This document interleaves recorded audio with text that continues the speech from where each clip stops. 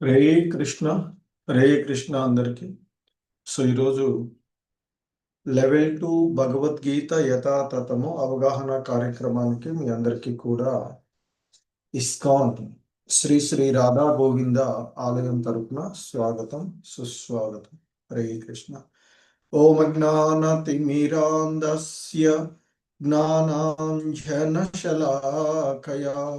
చక్షుర్మిలితం యేన తస్మై శ్రీ గురవే నమః. శ్రీచైతన్యమనోభీష్టం స్థాపితం యేన భూతలే స్వయం రూపః కదా మహ్యం దదాతి స్వపదాంతికం. వందేహం శ్రీగురు శ్రీయుతపదకమలం శ్రీగురూన్ వైష్ణవాంశ శ్రీరూపం సాగ్రజాతం సహగణ రఘునాథాన్వితం తం సజీవం సాద్వైతం సావధూతం పరిజన సహితం కృష్ణ చైతన్యదేవం శ్రీరాధా కృష్ణ పాదాన్ సహగణ లలితా శ్రీ విశాఖాన్వితాంశ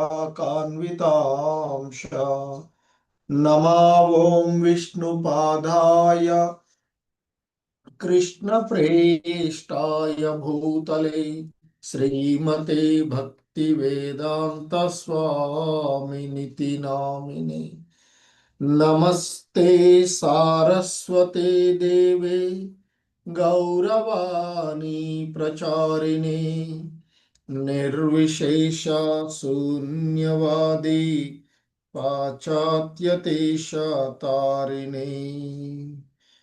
జయ శ్రీ కృష్ణ చైతన్య ప్రభు నిత్యానంద శ్రీ అద్వైత గదాధర శ్రీవాసాది గౌర భక్త వృంద.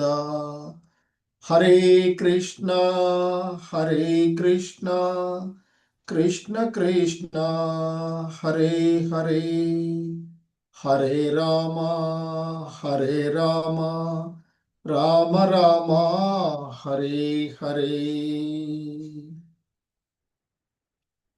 హరే కృష్ణ. సో నిన్నటి క్లాసులో మనము భగవద్గీతలో ఇంతకు ముందు చెప్పబడినటువంటి అంశాల యొక్క అనుబంధ సారంగా ఉన్నటువంటి అంశాలను, ముఖ్యంగా సన్యాసము అంటే, త్యాగము అంటే ఏమిటి అని అర్జునుడు అడగడము, దానికి సంబంధించినటువంటి అంశాలలో సో ఆ భగవంతుడు తెలియచేస్తూ ఉన్నటువంటి అంశాలను చూసినటువంటిది. చివరిగా ఆయన చెప్పినటువంటి అంశాలలో సో ఇక్కడ దేహము, కర్త, నానా రకాల ఇంద్రియాలు, పలు విధానాలైనటువంటి ప్రయత్నాలు, పరమాత్ముడు అనే 5 కర్మకారణాలు అంటూ మరి దేహం చేయగాని, మనసు చేయగాని, వాక్కు చేయగాని చేయబడేటువంటి మంచైనా చెడైనా ఈ 5 వలనే జరుగుతుంది. ఈ 5 అంశాలను గుర్తించక కేవలం తానే కర్తగా తలిచేవాడు నిశ్చయంగా బుద్ధిహీనుడు అంటూ చెప్పబడినటువంటిది. అలాగే మిథ్యా అహంకారం చేత ప్రభావితుడు కానివాడు, బుద్ధి చిక్కుపడనంటే బద్ధగతం కానటువంటి వాడు, ఈ ప్రపంచంలో జనులను సంహరించిన అతడు సంహరించని వాడే అవుతాడు, అతని కార్యాలు ఏవి కూడా బద్ధనం కావు అంటూ, ఇక జ్ఞానము, జ్ఞాన లక్ష్యము, జ్ఞాత అనే అంశాలు కర్మకు ప్రేరణమవుతాయి. ఇంద్రియాలు, కర్మ, కర్త అనేవి కర్మలోని 3 భాగాలు అంటూ,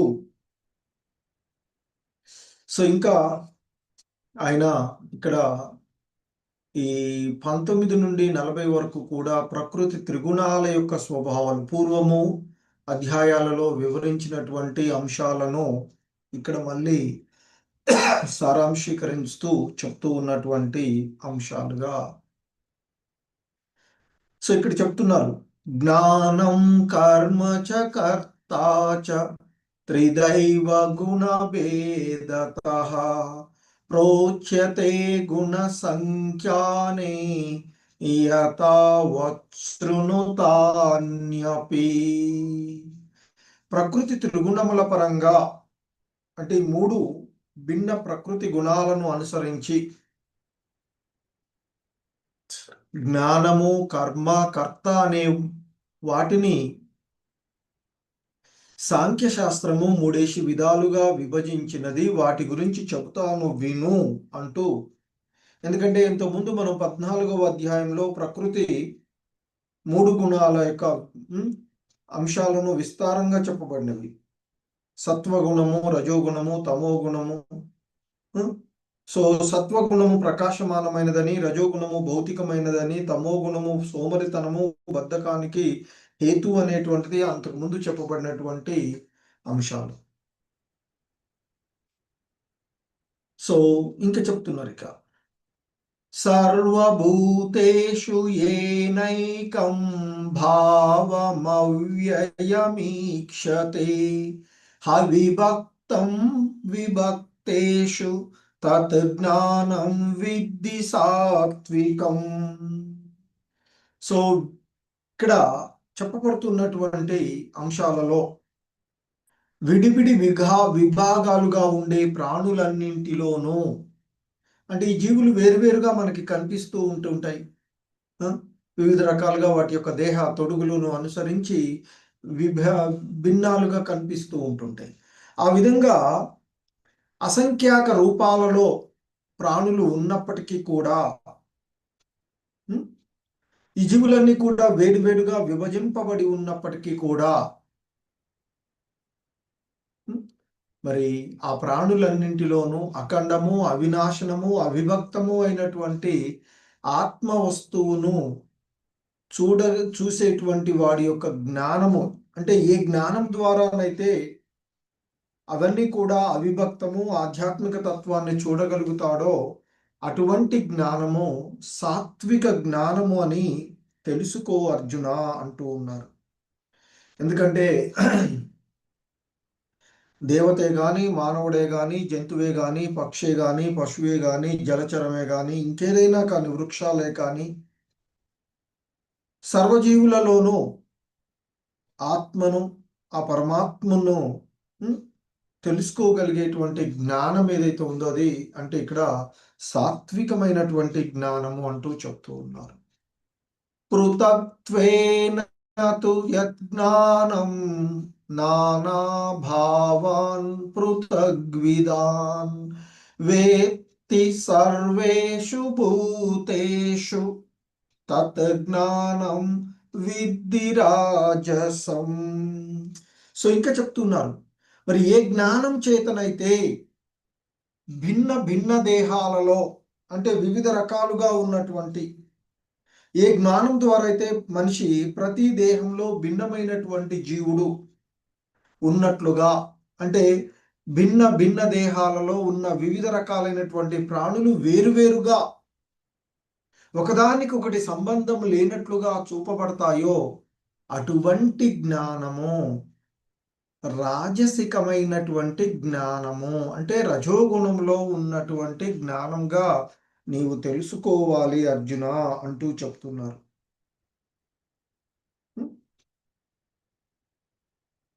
సో ఈ భౌతిక దేహమే జీవుడని, దేహం నశించగానే చైతన్యం కూడా నశించిపోతుంది అనే భావన ఏదైతే ఉందో అది రజోగుణ జ్ఞానంగా చెప్పబడుతూ ఉన్నటువంటిది.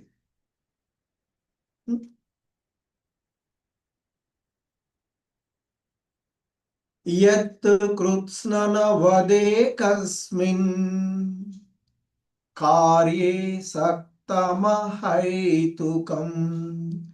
అతత్వార్ధవదల్పం చ తత్తామ సముదాహృతం. సో ఇంకా చెప్తున్నారు, మరి తత్వాన్ని తెలుసుకోకుండా తగిన కారణము లేకుండా సమస్తము అదే అనే సంకుచిత దృష్టితో ఏదో ఒక పని మీద ఆసక్తిని కలిగి ఉండేవాడి యొక్క జ్ఞానము తామసికమైనటువంటి జ్ఞానము. అంటే ఏ జ్ఞానం ద్వారానైతే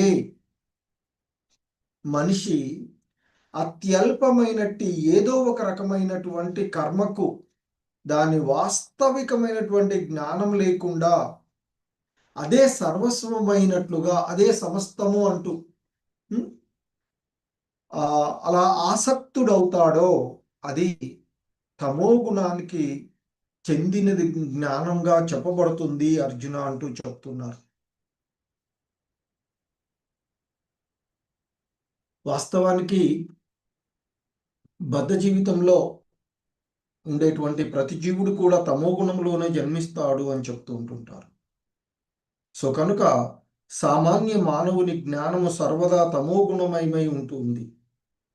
మరి దాని నుండి రజో సత్వాలకు మార్చుకోవలసినటువంటి స్థితి మనం అంటే శాస్త్రానుసారము పనిచేస్తూ ఆధ్యాత్మిక యొక్క గురువు యొక్క ఆదేశాలలో పనిచేస్తూ మన యొక్క జ్ఞానాన్ని మార్చుకోవలసినటువంటి పరిస్థితి ఇక్కడ చెప్పబడుతూ ఉన్నటువంటిది. ఎందుకంటే ప్రామాణికుల ద్వారా అంటే అంతకుముందే ఆత్మానుభూతిని పొందినటువంటి జ్ఞానాన్ని పొందినటువంటి వారుల ద్వారా లేదా శాస్త్రాలలో ఉపదేశించినటువంటి విషయాల ద్వారా జ్ఞానాన్ని పెంపొందించుకొని మరి సో ఆ జ్ఞానం ద్వారా అంటే ఏదైతే జ్ఞానము దేహానికి మాత్రమే పరిమితమై ఉందో మరి దాని నుండి అది ఇక ఈ ఆధ్యాత్మిక స్థితికి చేరుకునేటువంటి జ్ఞానము నేర్చుకోవాలని చెప్తుంటారు. ఎందుకంటే బద్ధ జీవితంలో ఉండేటువంటి ప్రతి ఒక్కరు కూడా, ఎందుకంటే మనము పశువులు అన్నీ కూడా సాధారణంగా ఒకే విధంగా ఉంటూ ఉంటాయి. కానీ బుద్ధితో మనసుతో ఆలోచించేటువంటిది ఈ మానవ జన్మ మనకున్నటువంటి మహోన్నతమైనటువంటి అవకాశం. ఈ మానవ జన్మను సద్వినియోగపరుచుకొని మన యొక్క యథార్థమైనటువంటి ధామమైనటువంటి స్వధామానికి చేరుకోవడమే ఈ మానవ జన్మ యొక్క ముఖ్య ఉద్దేశంగా చెప్తూ ఉంటుంటారు. సో మరి ఎవరైతే సరిగా భగవతత్వాన్ని అర్థం చేసుకోకుండా ధనము జ్ఞానం అంటే దేహ అవసరాలను తీర్చుకోవడం అనేటువంటి భావనలో ఉన్నట్లయితే, ఎందుకంటే అవి అజ్ఞానాలు లేకుండా దేహ అవసరాలు వాటికి మానసికంగా ఆలోచించేటువంటి కానీ మాట్లాడేటువంటి విధి కానీ ఈ జంతుజాలాలలో ఉండదు. ఒక మానవుడికి మాత్రమే లభించినటువంటి మహోన్నతమైనటువంటి అవకాశం. ఆ అవకాశాన్ని సద్వినియోగపరచుకోవాలి అని చెప్తున్నారు. అంటే దేహానికి అతీతంగా ఆత్మ ఉన్నది అని. సో ఆ సంబంధించినటువంటి జ్ఞానము సాత్వికమైనటువంటి జ్ఞానంగా చెప్పబడుతూ ఉంటుంటుంది.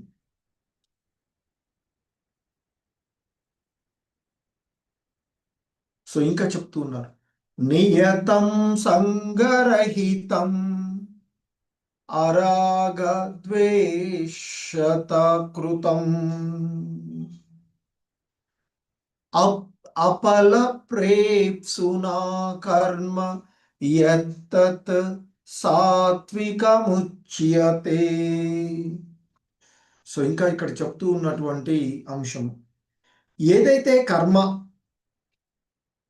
శాస్త్రబద్ధంగా చేయబడినదో, రాగద్వేష రహితంగా ఉన్నదో, మరియు ఫలాపేక్ష లేకుండా చేయబడినదో అది సత్వగుణంలో ఉన్నట్లు అని చెప్పబడుతుంది. అంటే ఆ కర్మలు ఇంతకుముందు జ్ఞానం గురించి చెప్పినటువంటి ఆ భగవంతుడు ఇప్పుడు ఆ కర్మ గురించి చెప్తున్నారు.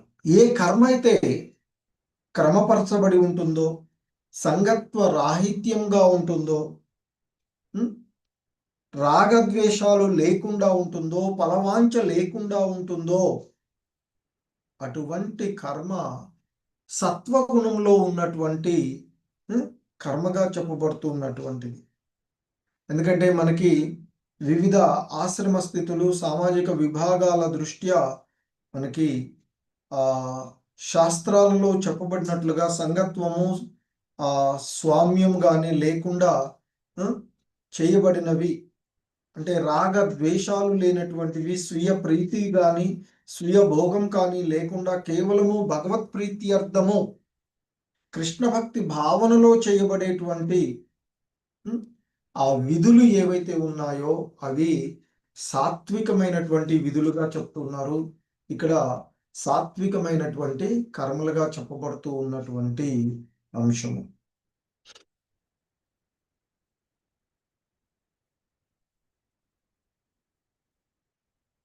యత్తు కామేప్సునా కర్మ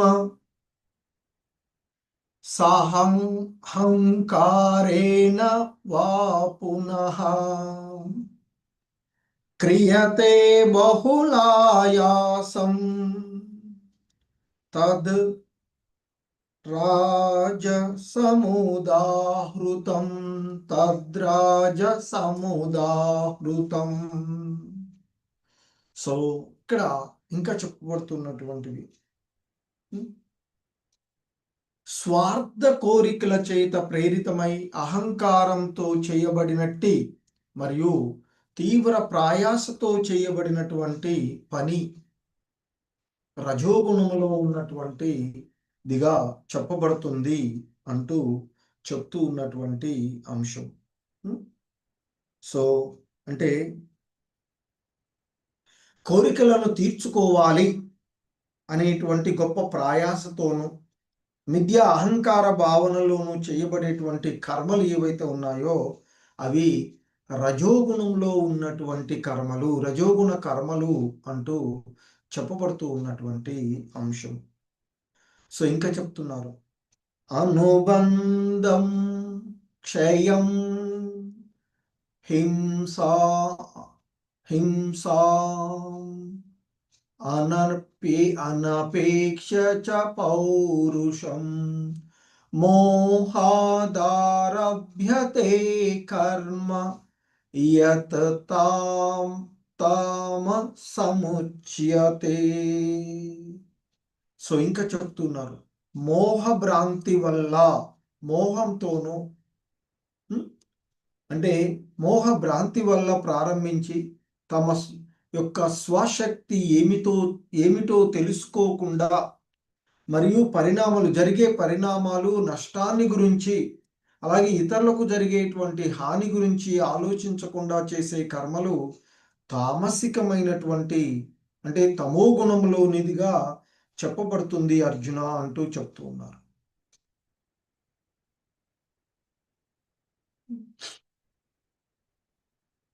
సో ఆ విధంగా సాత్వికమైనటువంటి కర్మలు, రాజసికమైనటువంటి కర్మలు, తామసికమైనటువంటి కర్మలను గురించి ఇక్కడ చెప్పబడినటువంటి అంశాలను మనము చూస్తూ ఉన్నటువంటిది.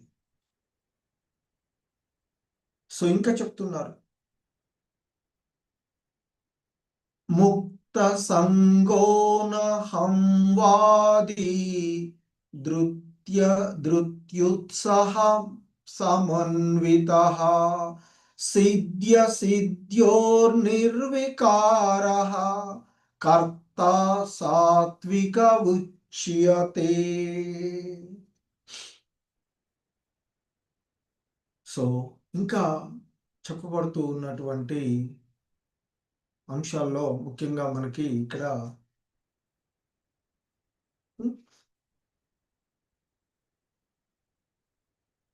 సో ఇక్కడ ఫలాపేక్ష అహంభావము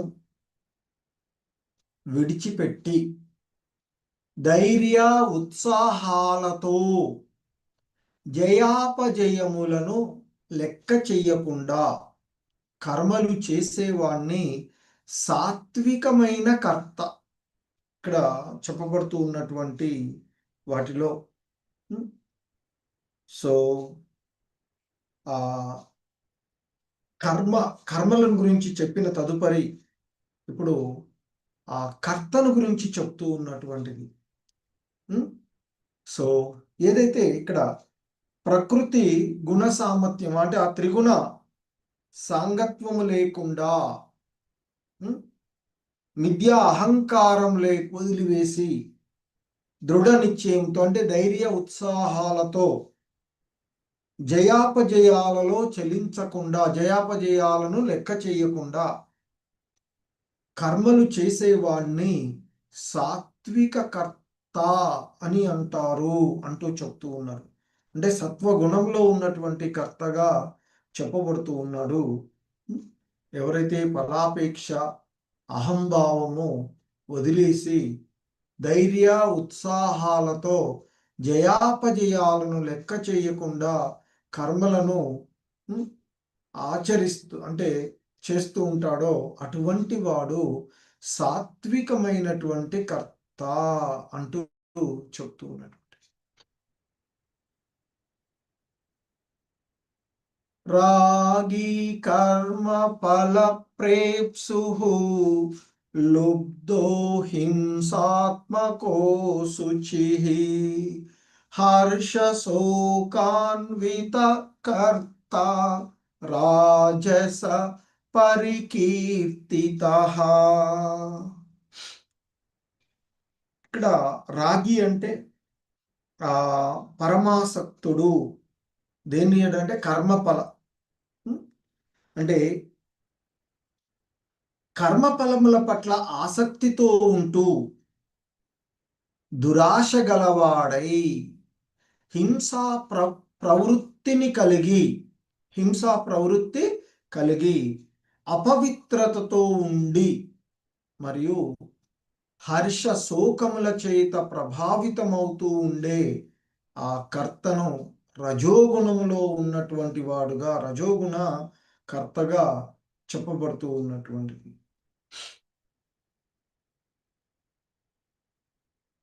అయుక్త ప్రాకృత స్తబ్ద షటో నైస్కృతికో లసః విషాదీ దీర్ఘ సూత్రీ చ కర్త తామస ఉచ్యతే. సో ఇక తామసికమైనటువంటి కర్తని ఎవరు అంటారో వాడి గురించి చెప్తూ ఉన్నారు ఇక్కడ. ఈ తామసికమైనటువంటి కర్త మనోనిగ్రహము, వివేకము, వినయం లేకుండా ద్రోహ బుద్ధితో, దుష్ట స్వభావంతో, నిరుత్సాహంతో, నిరంతర విచారంతో, కాలయాపనలతో కర్మలు చేసేవాడిని తామసకర్త అని అంటారు అంటూ చెప్తూ ఉన్నటువంటి అంశం ఇక్కడ. సో ఇంకా చెప్తూ ఉన్నారు, బుద్ధేర్వేదం ధృతే చైవ గుణతస్త్రివిధం శృణు ప్రోచ్యమానమశేషణ పృథక్వేన ధనంజయ. సో ఇక్కడ అర్జున్ని మరి ఆయన ధనంజయ అంటూ సంబోధిస్తూ చెప్తూ ఉన్నటువంటి అంశం. ఓ ధనంజయ, గుణభేదములను బట్టి, ఆ గుణాల యొక్క భేదాన్ని బట్టి బుద్ధి ధైర్యము కూడా ఇంతకుముందు చెప్పినట్లుగా కర్త, అంతకుముందు చెప్పబడినట్లుగా కర్మలు, మరి ఆ కర్మ కర్తలు మూడేసి విభాగాలు అంటే సాత్వికమైనటువంటి కర్మలు, రాజసికమైనటువంటి కర్మలు, తామసికమైనటువంటి కర్మలు అనే 3 విధాలుగా ఉన్నటువంటివి. ఇక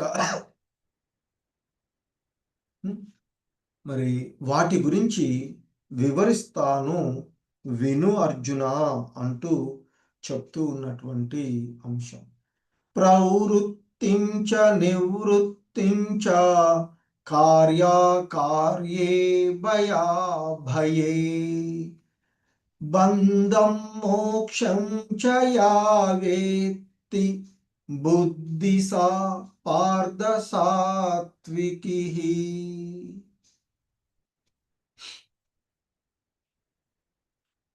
సో ఇంకా ఇక చెప్తున్నారు, ఓ పార్థ, ఓ పృథతనయ, ఏది సరి అయిన పని, ఏది చెడు పని, ఏది సరి అయినది, ఏది సరి అయినది కాదు.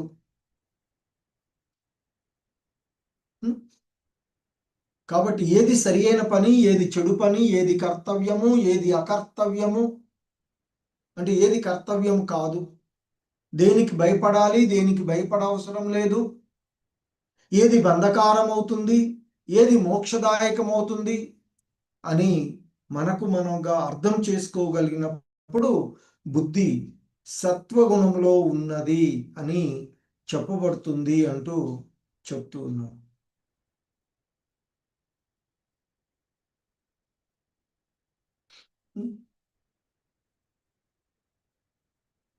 సో కాబట్టి ఇక్కడ ముఖ్యంగా ఈ శ్లోకంలో చెప్పబడుతూ ఉన్నటువంటి అంశము ప్రవృత్తించ నివృత్తించ, ఏది చెయ్యాలి, ఏది చేయకూడదు, ఏది మంచి, ఏది చెడు, ఏది కర్తవ్యము, ఏది కర్తవ్యము కాదు, దేనికి భయపడాలి, దేనికి భయపడకూడదు, ఏది చేస్తే బంధకారం అవుతుంది, ఏది చేస్తే విముక్తి లభిస్తుంది అనే విషయాలను అర్థం చేసుకోగలిగేటువంటి బుద్ధి ఏదైతే ఉందో అటువంటి బుద్ధిని సత్వగుణ బుద్ధి, సాత్వికమైనటువంటి బుద్ధి అంటూ చెప్తూ ఉన్నారు. యయా ధర్మమధర్మం చ కార్యం చ కార్యమేవ చ అయతావ ప్రజానాతి బుద్ధి సా పార్థరాజసి.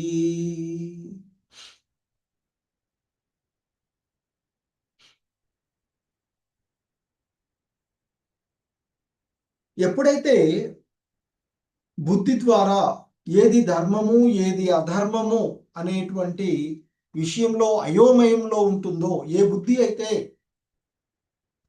ధర్మ అధర్మ విషయాలలో అయోమయంగా ఉంటుందో,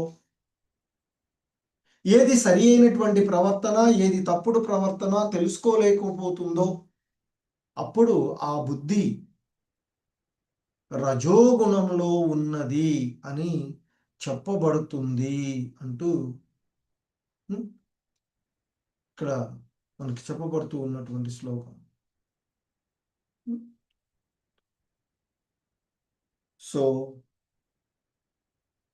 ఇంకా చెప్తున్నారు, అధర్మం ధర్మమితి యా మన్యతే తమసావృత సర్వార్థాన్ విపరీతాం చ బుద్ధి సా పార్థ తామసి. సో ఇంకా చెప్తున్నారు, ఓ పార్థ,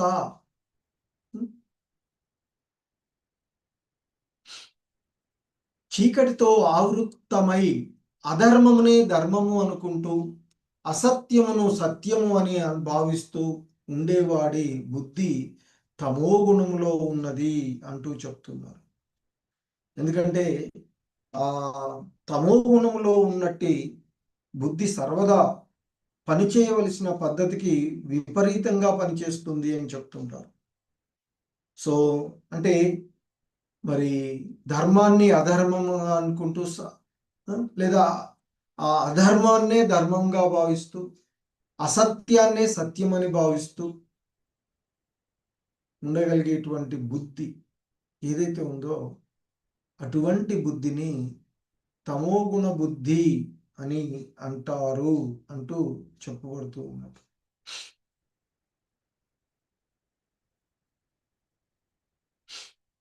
ధృత్యాయయా ధారయతే మన ప్రాణేంద్రియక్రియాః యోగేనావ్యభిచారిణ్యా ధృతి సా పార్థ సాత్వికి. సో యోగం ద్వారా పెంపొందించుకున్న దృఢ చిత్త సంకల్పము, మరియు మనసు, ప్రాణవాయువులు, ఇంద్రియాల యొక్క కార్యకలాపములకు ఆధారంగా ఉన్న సంకల్పాన్ని సత్వగుణ దృఢ మనస్కత అని అంటారు అంటూ చెప్పబడుతూ ఉన్నటువంటి, అంటే ఆ నిశ్చయం ఏదైతే ఉందో, అంటే ఆ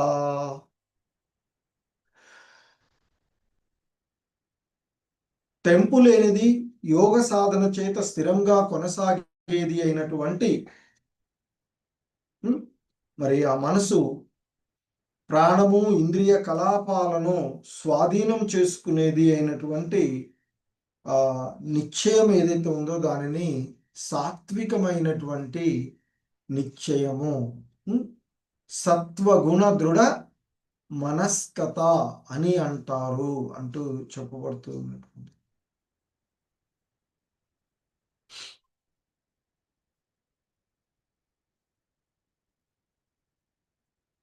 యయాతు ధర్మ కామార్థాన్ ధృత్యా ధారయతే అర్జున ప్రసంగేన ఫలాకాంక్షి ధృతి సాపార్ధరాజసి.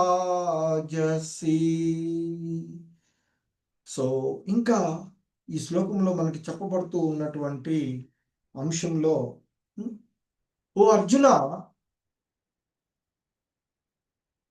ఫలాపేక్షచే ప్రేరితమై ధర్మము అంటే విధులను, కామము సుఖములు మరియు అర్థము సంపద పట్ల ఆసక్తితో ఉండేటువంటి ఆ స్థిరమైనటువంటి చిత్తము రాజసిక ధృతి లేదా ధైర్యము, రాజసికమైనటువంటి ధైర్యము అని చెప్పబడుతుంది అంటూ చెప్తూ ఉన్నటువంటిది.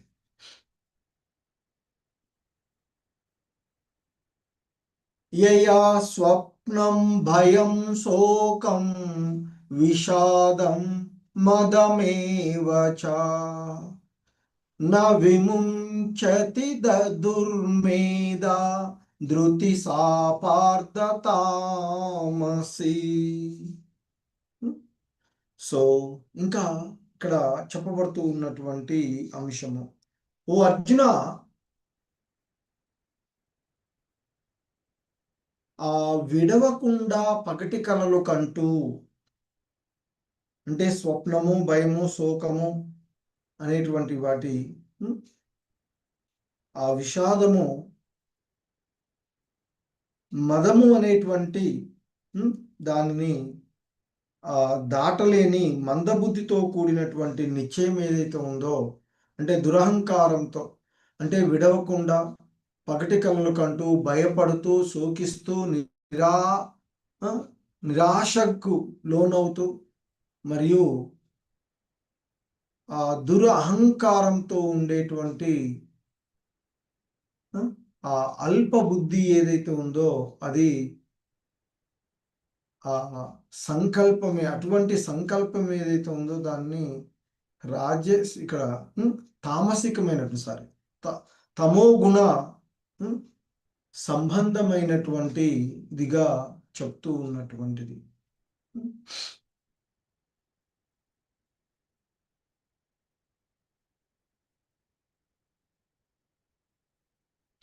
సో ఇంకా మనకి ఇక్కడ చెప్పబడుతూ ఉన్నటువంటి అంశం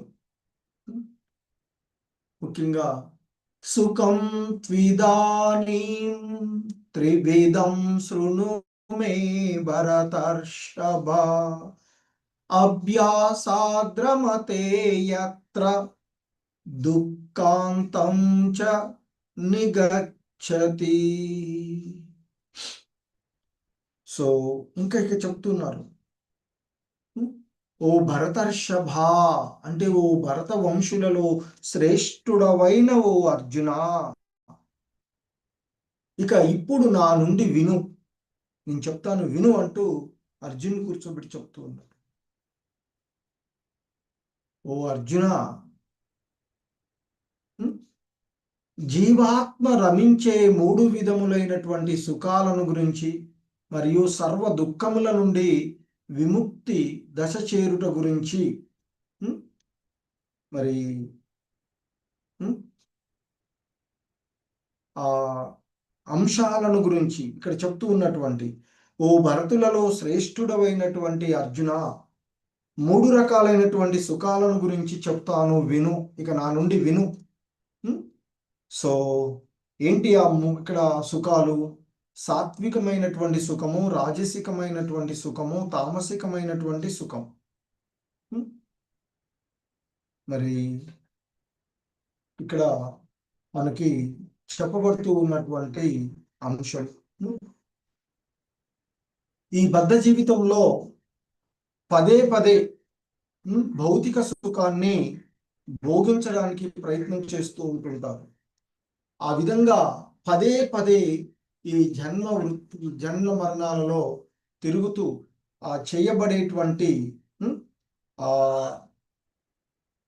అంశాలు ఏవైతే ఉన్నాయో, సో అది ఇక్కడ మనకి ఆయన తెలియచేస్తూ ఉన్నటువంటి అంశాలు.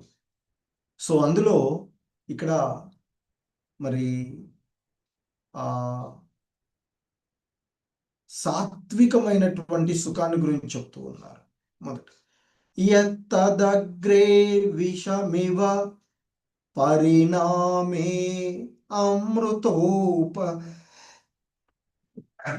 అమృతోపమం తత్సుఖం సాత్వికం ప్రోక్తం ఆత్మబుద్ధి ప్రసాదజం.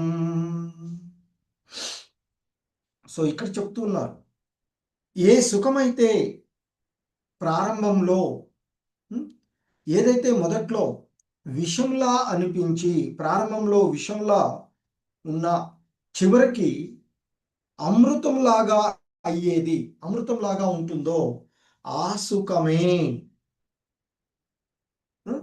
మనకి సత్వగుణ సుఖము అని చెప్తారు. అది ఆత్మజ్ఞాన అంటే ఆత్మజ్ఞానం యందు స్థితమై ఉన్న స్వచ్ఛమైనటువంటి బుద్ధి చేత జన్మించేటువంటిది అంటూ సాత్వికమైనటువంటి సుఖాన్ని గురించి ఇక్కడ చెప్తూ ఉన్నటువంటిది. ఎందుకంటే మనకి భౌతికమైనటువంటి విషయాల ఎడ ఆసక్తులమై ఉన్నప్పుడు ప్రారంభంలో ఎంతో మంచిగా అనిపిస్తూ ఉంటాయి.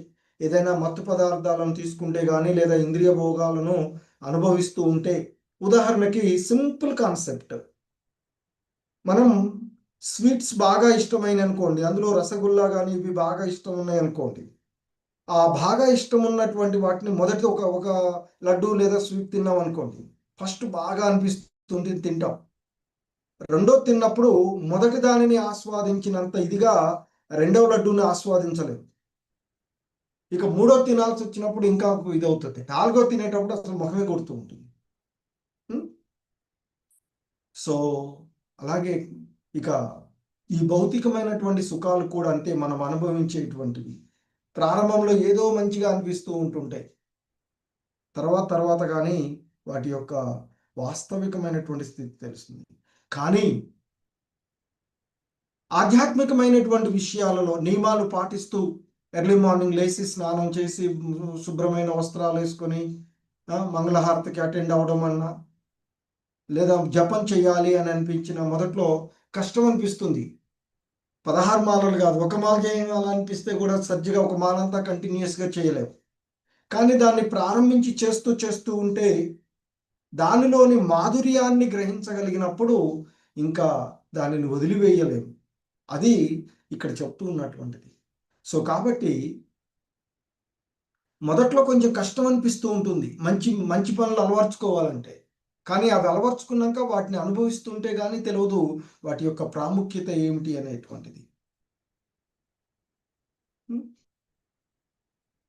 సో మరి ఆ మొదట్లో కష్టంగా ఉన్నటువంటి వాటిని మనం పాటించామనుకోండి, ఆ తర్వాత అవే మంచిగా అవుతూ ఉంటుంటాయి. సో ఇంకా చెప్తూ ఉన్నారు ఇక్కడ, విషయేంద్రియ సంయోగాత్ యత్తదగ్రే మృతోపమం పరిణామే విషమివ తత్సుఖం రాజసం స్మృతం. ఏ సుఖమైతే ఇంద్రియ విషయములతో ఇంద్రియముల సంపర్కము చేత కలుగుతుందో దానిని రాజసిక అంటే రజోగుణ సుఖము అని అంటారు.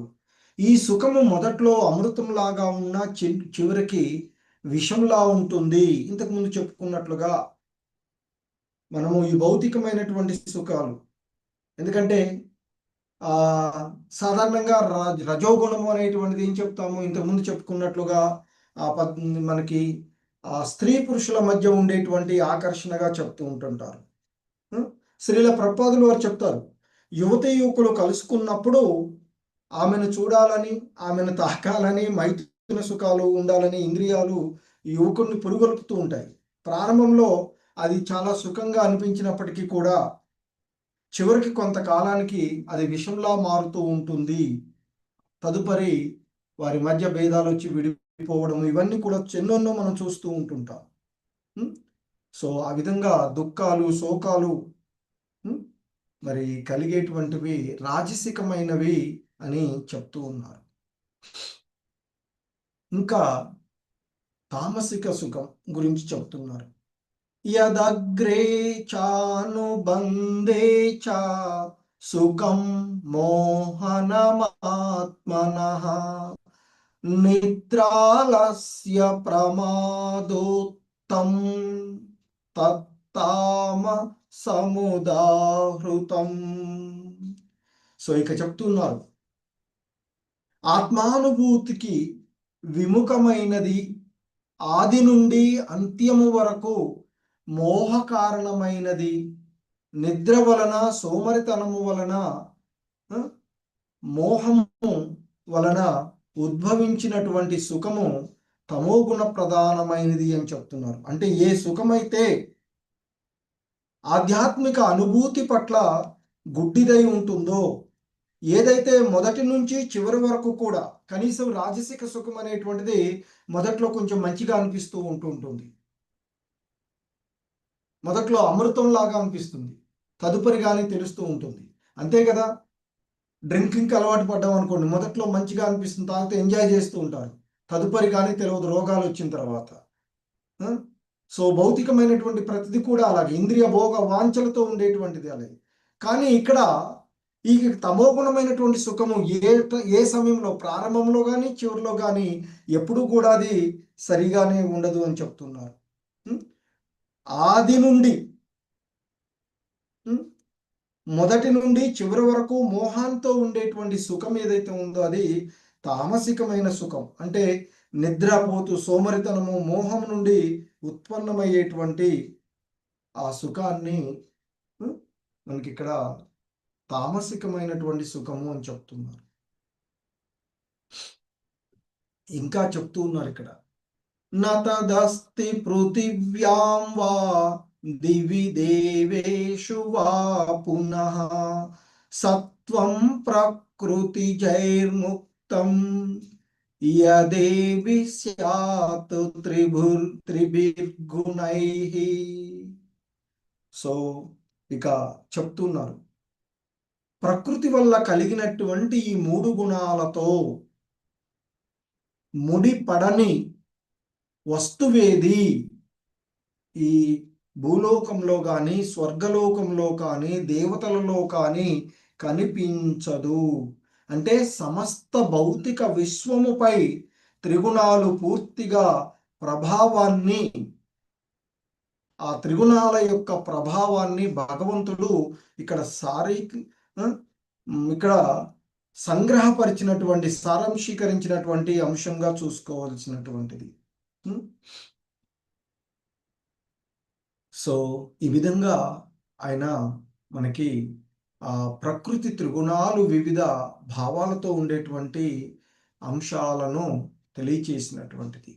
ఇక మనకి ఆదర్శప్రాయుడైనటువంటి కర్తను గురించి తెలియచేసేటువంటి అంశాలు మనము మరి కొన్నింటిని ఇక్కడ ఈ క్లాస్లో చూద్దాము.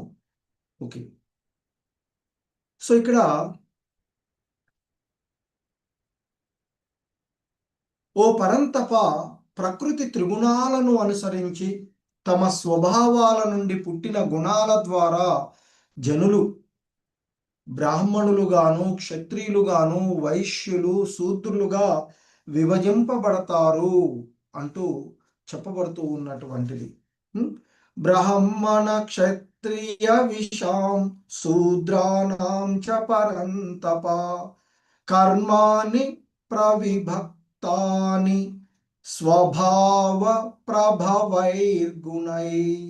సో ఇక్కడ బ్రాహ్మణులు, క్షత్రియులు, వైశ్యులు, శూద్రులు అనేటువంటిది పుట్టుక కాదు అనేటువంటిది చాలా స్పష్టంగా మనకు భగవద్గీత ద్వారా తెలుస్తూ ఉన్నటువంటిది. ప్రకృతి త్రిగుణాలను అంటే వాళ్ళలో ఉండేటువంటి ఆ గుణాలను అనుసరించి, అలాగే వారు చేసేటువంటి కర్మలను అనుసరించి జనులు వారి యొక్క స్వభావాలను అనుసరించి గుణాల ద్వారా బ్రాహ్మణులు, క్షత్రియులు, వైశ్యులు, శూద్రులుగా విభజించబడినటువంటి విషయాన్ని ఇక్కడ చెప్తున్నారు.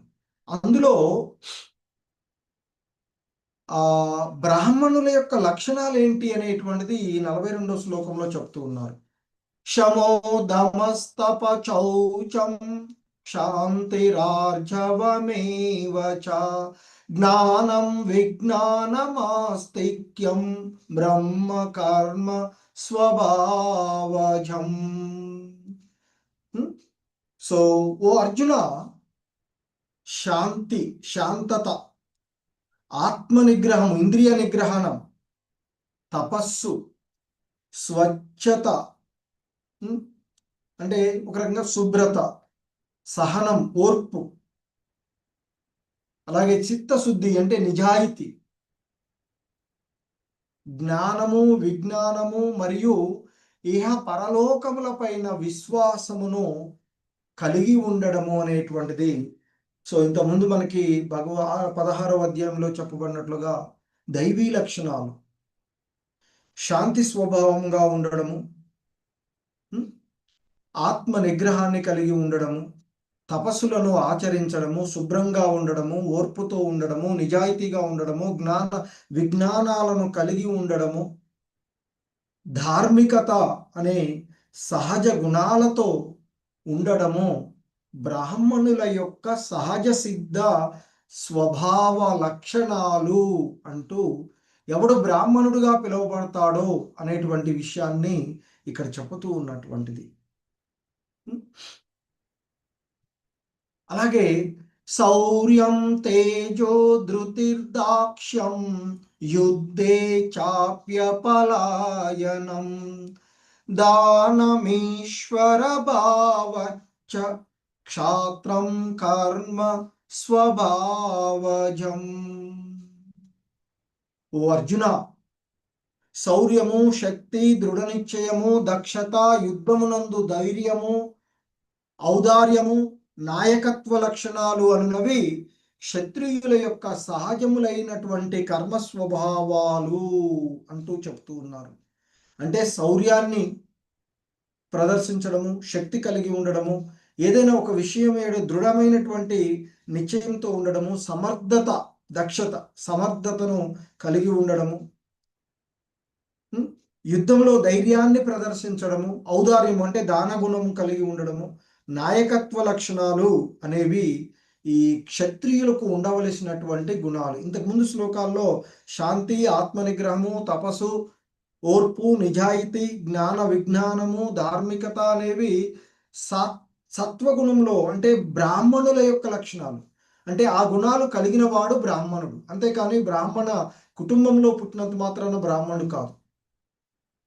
అలాగే శౌర్యము, శక్తి, దృఢ నిశ్చయము, దక్షత అంటే సమర్థత, యుద్ధమునందు ధైర్యము, ఔదార్యము అంటే దానగుణము, నాయకత్వ లక్షణాలు అనేవి క్షత్రియులకు ఉండేటువంటి ధర్మాలు. అంటే అలాంటి లక్షణాలను కలిగిన వాడు క్షత్రియుడిగా చెప్పబడతాడు అని చెప్తున్నారు. సో ఇంకా చెప్తున్నారు, కృషి గౌరక్ష్య వాణిజ్యం వైశ్య కర్మ స్వభావజం.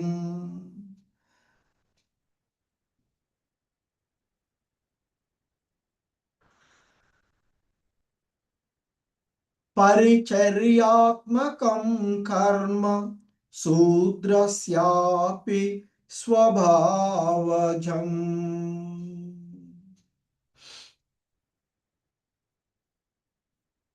సో ఇంకా చెప్పబడుతూ ఉన్నటువంటి ఆ అంశాలలో ముఖ్యంగా ఇక్కడ ఆ కృషి అంటే వ్యవసాయము, గౌరక్ష అంటే గో అంటే గోవులు, రక్ష అంటే రక్షించడం. అంటే ఇక్కడ ముఖ్యంగా వ్యవసాయము, పాడి పంటలు అంటే గో సంరక్షణగా చెప్పబడుతుంది. గోరక్షణ, వ్యాపారము, వర్తక వాణిజ్యాలు అనేవి వైశ్య గుణాలు అంటే వైశ్యులకు సంబంధించినటువంటి లక్షణాలుగా చెప్పబడుతూ ఉన్నటువంటిది. అలా చేసేటువంటి వాడంతా కూడా వైశ్యులు అవుతారు. ఇక దేహ పరిశ్రమ ఇక్కడ చెప్పబడుతున్నట్లుగా పరిచర్యాత్మక కర్మ. సో పనులు చేయడం ద్వారా సేవ చేయటం అనేది శూద్ర లక్షణములు, శూద్రుల యొక్క లక్షణాలు. అంటే శూద్ర లక్షణాలు కలవారి యొక్క సహజమైనటువంటి విధి అంటూ చెప్పబడుతూ ఉన్నటువంటి అంశం. సో ఇక చెప్పబడుతూ ఉన్నటువంటి అంశంలో స్వే స్వే కర్మణ్యభిరతః సంసిద్ధిం లభతే నరః స్వకర్మ నిరత సిద్ధిం యథా విందతి తత్శృణు. సో ఇంకా చెప్తూ ఉన్నారు, ఓ అర్జున, స్వభావ సిద్ధ జనితమైన వారి వారి విధులను నిర్వర్తించడము ద్వారా అంటే తన గుణాలకు సంబంధించినటువంటి కర్మలను అనుసరించడము ద్వారా మానవులు పరిపూర్ణ సిద్ధిని సాధించవచ్చు.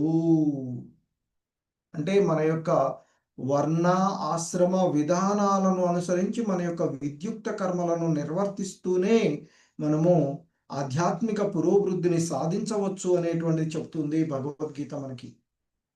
సో కనుకనే తన గుణ స్వభావాలను అనుసరించి కర్మలను ఆచరిస్తూ ప్రతి మానవుడు కూడా పరిపూర్ణుడు కావచ్చు అని చెప్తున్నారు, పరిపూర్ణుడు అవుతాడు అని చెప్తున్నారు.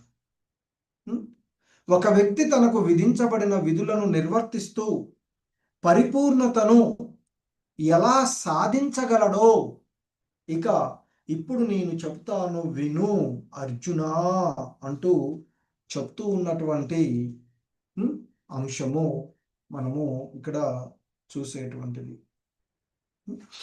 హరే కృష్ణ. సో ఎలా పరిపూర్ణతను సాధించవచ్చో మన యొక్క విద్యుక్త ధర్మాలను మనకు విధించబడినటువంటి పనులను మనము ఆచరిస్తూనే ఏ విధంగా ఆధ్యాత్మిక పురోభివృద్ధి సాధించవచ్చో ఆ భగవంతుడు తెలియచేసేటువంటి అంశాలను మనము చూద్దాము రేపటి క్లాసులో నుండి.